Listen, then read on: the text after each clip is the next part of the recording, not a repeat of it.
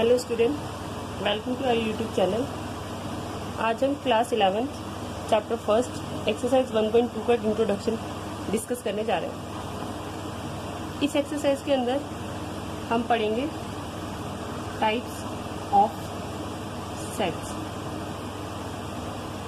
हम सेट्स की कुछ टाइप्स के बारे में डिस्कस करेंगे जो इस एक्सरसाइज के अंदर हम कवर करने वाले हैं। तो सबसे पहला जो हमारा सेट होता है वो होता है एम्प्टी सेट, जिसको हम नल सेट भी बोलते हैं, वॉइड सेट भी बोलते हैं। ठीक है, अभी एम्प्टी सेट होता क्या है? एम्प्टी सेट होता है वो सेट जिसके अंदर कोई भी एलिमेंट ना हो। ठीक है, तो अगर हम इसकी डेफिनेशन की बात करें तो इसकी डेफिनेशन क्या होती है? A set which does not contain any element. ठीक है, जिस भी सेट के अंदर कोई भी एलिमेंट नहीं होता उसे हम क्या बोलते हैं? Empty set. और कुछ एग्जांपल लेते हैं। जैसे हमने एग्जांपल लिया कि हमें एक सेट दिया हुआ है जिसके अंदर x के दे रखा है, x दिया है, x is a natural number greater than 2 but less than 3।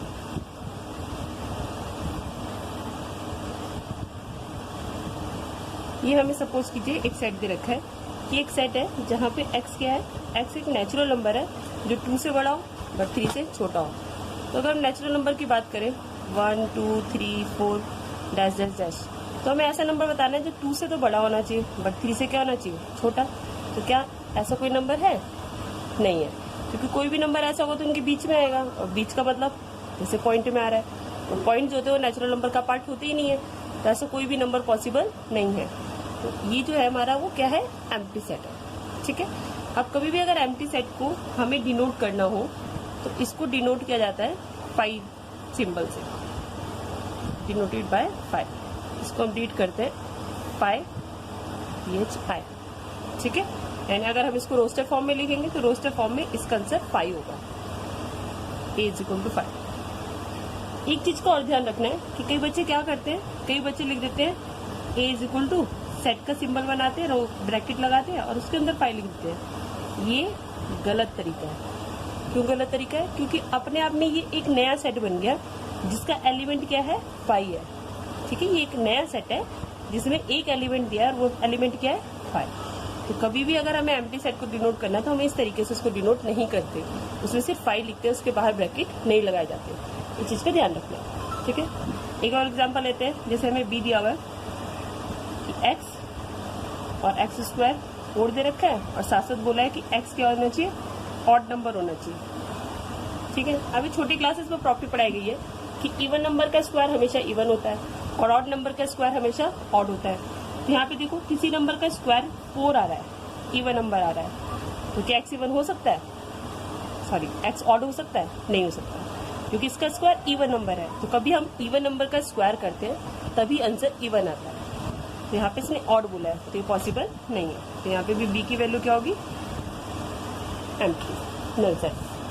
ठीक है, अब बात करते हैं फाइनाइट सेट और इनफाइनाइट सेट्स की।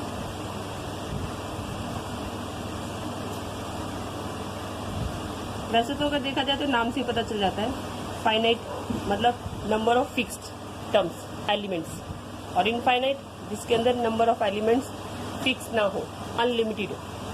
ठीक है, तो सबसे पहले हम फाइनाइट सेट लेते हैं। अगर हम फाइनाइट सेट की बात करें तो फाइनाइट सेट क्या होता है? फाइनाइट सेट होता है a set which is empty और containing a number of fixed elements, या हम इसको क्या बोल सकते हैं? या हम इसको बोल सकते हैं have definite number of elements। दोनों तरीके से हम लिख सकते हैं। वैसे तो डेफिनेशन से समझ आ गया होगा। एक सेट जो या तो एम्प्टी हो, ध्यान रखना एम्प्टी सेट भी फाइनाइट के अंदर आता है, क्योंकि एम्प्टी सेट को भी हम काउंट तो कर ही सकते हैं ना। एम्प्टी सेट का मतलब क्या है, उसके अंदर कोई एलिमेंट नहीं है, उसको काउंट किया जा सकता है। और फिक्स्ड एलिमेंट हो जिसको हम काउंट कर सकते हैं, तो उसे हम क्या बोलते हैं, फाइनाइट सेट।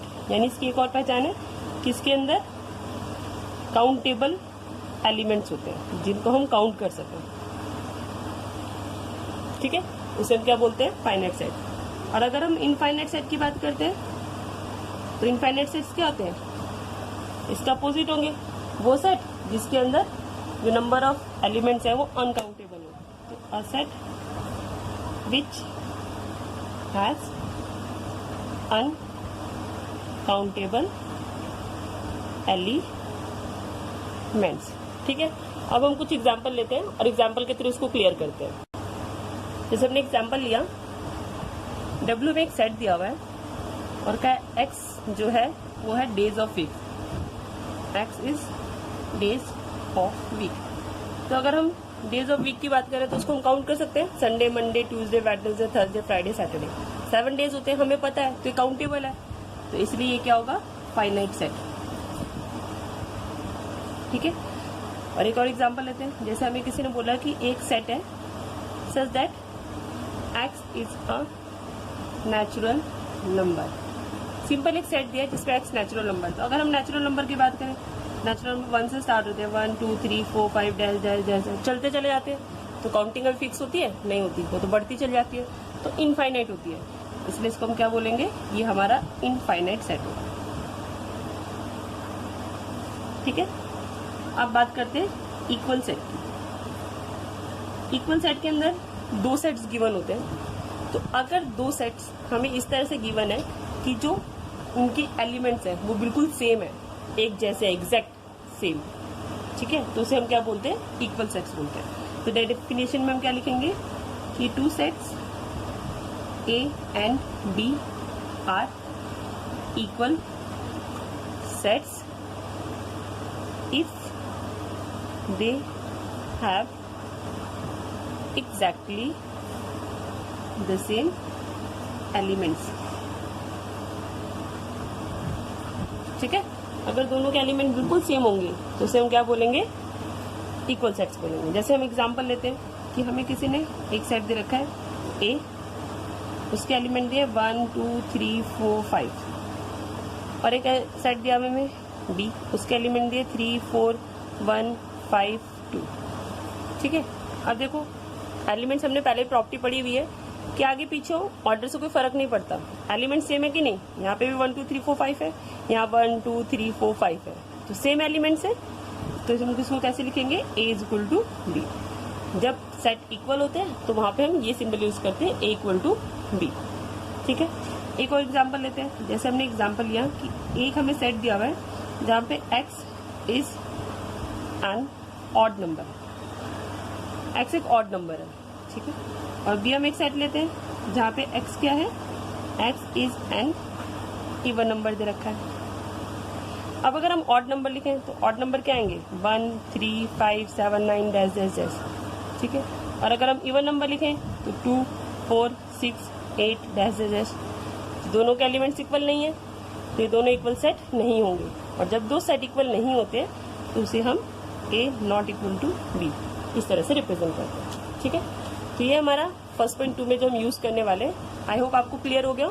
अगर कोई डाउट हो तो आप कमेंट बॉक्स में कमेंट कर सकते हैं। अगर आपको हमारी वीडियो पसंद आई हो तो प्लीज चैनल को लाइक शेयर एंड सब्सक्राइब करना ना भूलें। Thank you.